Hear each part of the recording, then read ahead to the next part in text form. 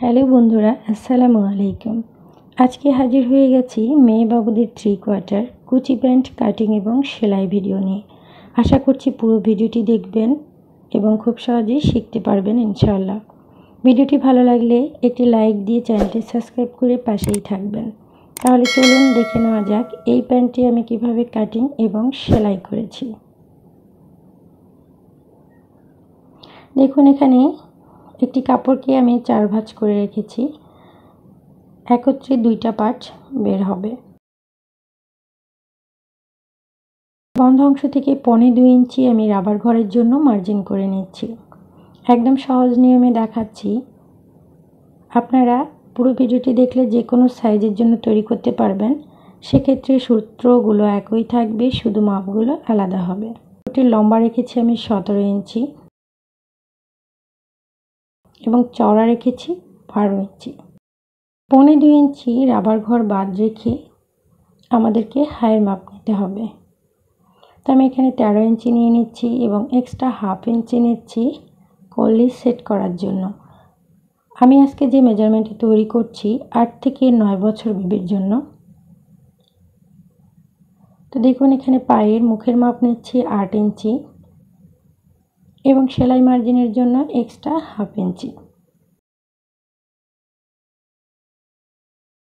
এখন দাগ অনুযায়ী কাপড়টা কেটে নেব। দেখুন, জয়েন্টটা কেটে আলাদা করে নেব। একদমই কিন্তু সহজ, অল্প কাপড়ের সুন্দর প্যান্টটি তৈরি করা। কুচির কাপড়ের জন্য কাপড়টির চওড়া রেখেছি 2 ইঞ্চি, যেখানে 1.5 ইঞ্চি টিকবে।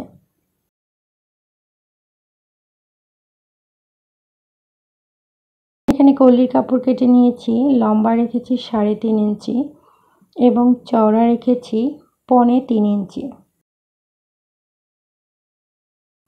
এখন দেখুন কিভাবে সেলাই করতে হবে। প্রথমে আমরা পায়ের মুখে কুচি দিয়ে নেব। তো এই জন্য কুচির কাপড়টি সেধা অংশ এবং প্যান্টের কাপড়টি সেধা অংশ ভেতরের দিকে রেখে এইভাবে এক এক করে প্রত্যেকটি কুচি সমান করে দিয়ে নেব।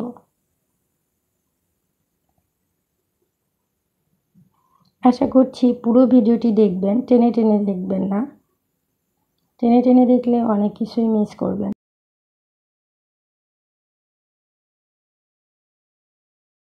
তো দেখুন, আমি একটি পাটে কিন্তু কুচি দিয়ে নিয়েছি। এখন আমি কুচির অংশে চাপ সেলাই দিয়ে নিচ্ছি। এক্ষেত্রে অবশ্যই প্যান্টের কাপড়ের উপরে কিন্তু চাপ সেলাইটা দিতে হবে।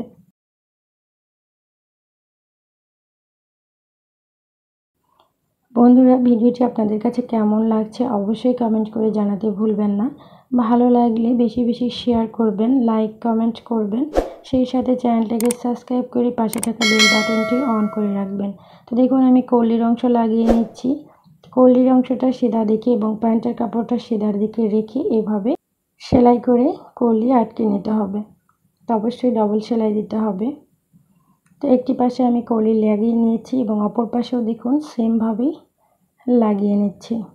আশা করছি পুরো ভিডিওটি দেখলে খুব সহজেই শিখতে পারবেন। তো দেখুন, এখানে